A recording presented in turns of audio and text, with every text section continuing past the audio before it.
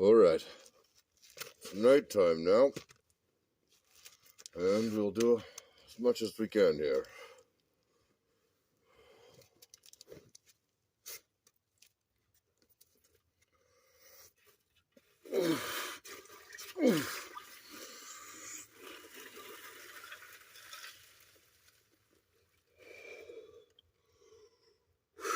So, we're still pre-moving out. So it's, I don't know what year this would be, but grade 10. And, yeah, went there, played basketball there. I went to school in Dundas, in a city school. Just for context, this place that I'm in now where I grew up is extremely country. I'm not from a town, it's from a road. There's one house there, and then it's probably 4 hours to walk to any sort of store.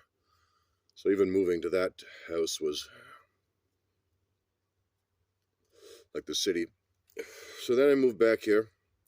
I'm 16, and I reconnect with Natalie. Whew, and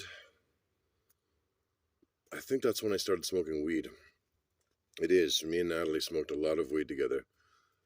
And yeah, smoked weed and listened to a lot of hip-hop. I was like a 1990s hip-hop junkie.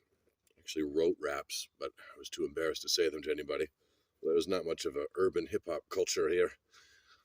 So yeah, me and Natalie fell back together and fell in love, you could say. She was still seeing her man at school, but that was off and on. We would skip school. We would laugh all day, and we would hang out here and smoke weed all the time.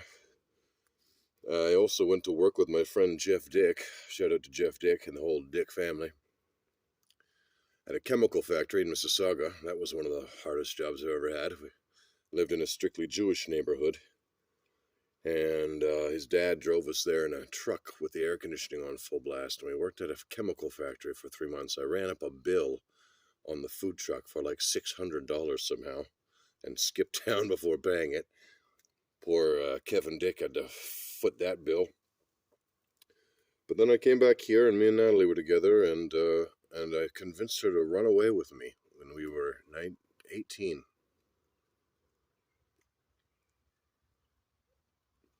I didn't go to school much, but I went a little bit for basketball, but mostly, yeah, I started smoking weed and being with Natalie, and I was very, very obsessed with her. And then one day we went down to Whitby, and we took the GO train to Hamilton, Ontario, beautiful Hamilton. And we lived there together for a year. We worked at Wendy's. Here's the story. I worked at Wendy's, and I hated it so much that my only way to revolt or rebel was I had to carry chili to the back room, and every time I carried the chili, I would purposely spill it on my shirt, and I never washed the shirt. I worked there a week, Kel Surprise. But that was my mini rebellion against Wendy's. Spilling chili on my shirt. Stealing chicken and pickles.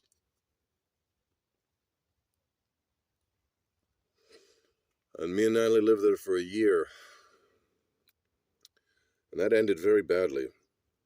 I was probably quite depressed at the time. I don't know.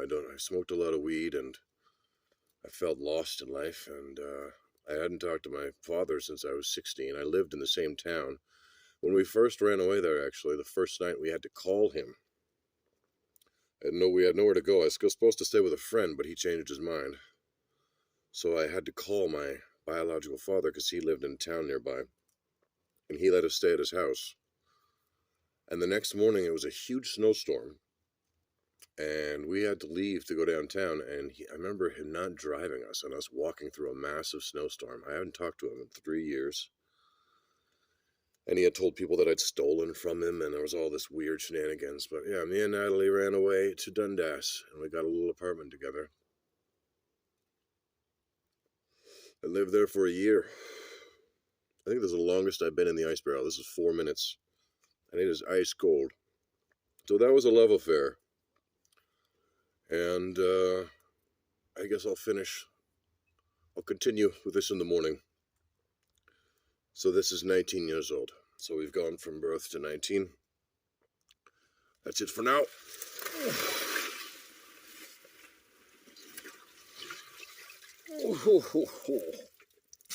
Ta-ta for now.